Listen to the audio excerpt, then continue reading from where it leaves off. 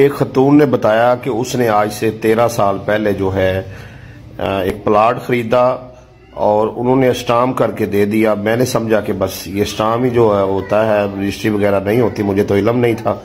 तो मैंने उस जगह पे मकान बनाया, बिजली का मीटर लगवाया और उसे मकान को मुकम्मल तामीर कर लिया। जब मकान को मुकम्मल तामीर कर लिया तो उन्होंने कब्जा कर लिया। आज 13 साल हो गए हैं।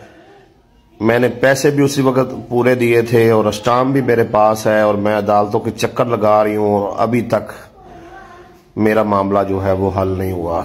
ये देश है अंधे लोगों का, ए चांद यहाँ ना निकला कर। इसलिए मैं कहता हूँ कि आप अगर लाखों करोड़ों रुपए प्रॉपर्टी खरीदने पर लगा रहे हैं तो किसी से जिसे प्रॉपर्टी के काम का पता है उससे मशवरा कर लें और मशवरे के बाद जो है प्रॉपर्टी का लेन देन करें, ताकि आपको कल को जो है इस मामले में भारी नुकसान जो है वो ना उठाना पड़े। एक भाई ने बताया कि सालम खाते से उसने 1 एकड़ जगह जो है वो किसी को बेच दी और उसने आगे बेच दी 2-3 जगह पर वो 1 एकड़ जगह जो है वो बिक गई। और बाद में एक ऐसे बंदे ने जगह खरीदी कि वो मेरे साथ जो है झगड़ा करने आ गया और उसने मेरा जो फ्रंट पे उसी सालम खाते में महंगे वाला एकड़ था उस पर कब्जा कर लिया। देखिए, इसलिए कहता हूं कि जब भी आपने रकबा जो है वो बेचना है तो उसका हदूद अरबा जरूर लिखवाएं, ताकि कल को जो है आपको मसला ना हो कि ये वाला प्लाट या ये वाली दुकान या ये वाला मकान या ये वाला जरी रकबा जो है वो मैं सेल कर रहा हूं।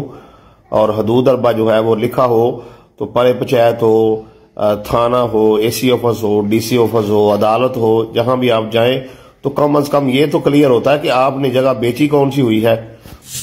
एक शख्स ने बताया कि उसने वरासती इंतकाल करवाना है और पटवारी उससे वरासती इंतकाल का 2.5 लाख रुपया मांग रहा है। तो मोहतरम भाई, वरासती इंतकाल अगर पटवारी के पास है, सरकारी खर्चा टोटल 500 रुपया है, बाकी वो आपसे सारी रिश्वत तलब कर रहा है। अगर आप उसकी कोई वीडियो बना लें या उसका कोई मैसेज जो है आपके पास प्रूफ हो या किसी तरीके से आपके पास पहले सबूत हो, तो ऐसे पटवारी के खिलाफ जो है आप एंटी करप्शन में दरखास्त दें, असिस्टेंट कमिश्नर को दरखास्त दें और उसके साथ मुतल्लिका डीसी को जो है वो दरखास्त दें कि ये बंदा मेरे साथ इतना जुल्म ज्यादती जो है वो कर रहा है।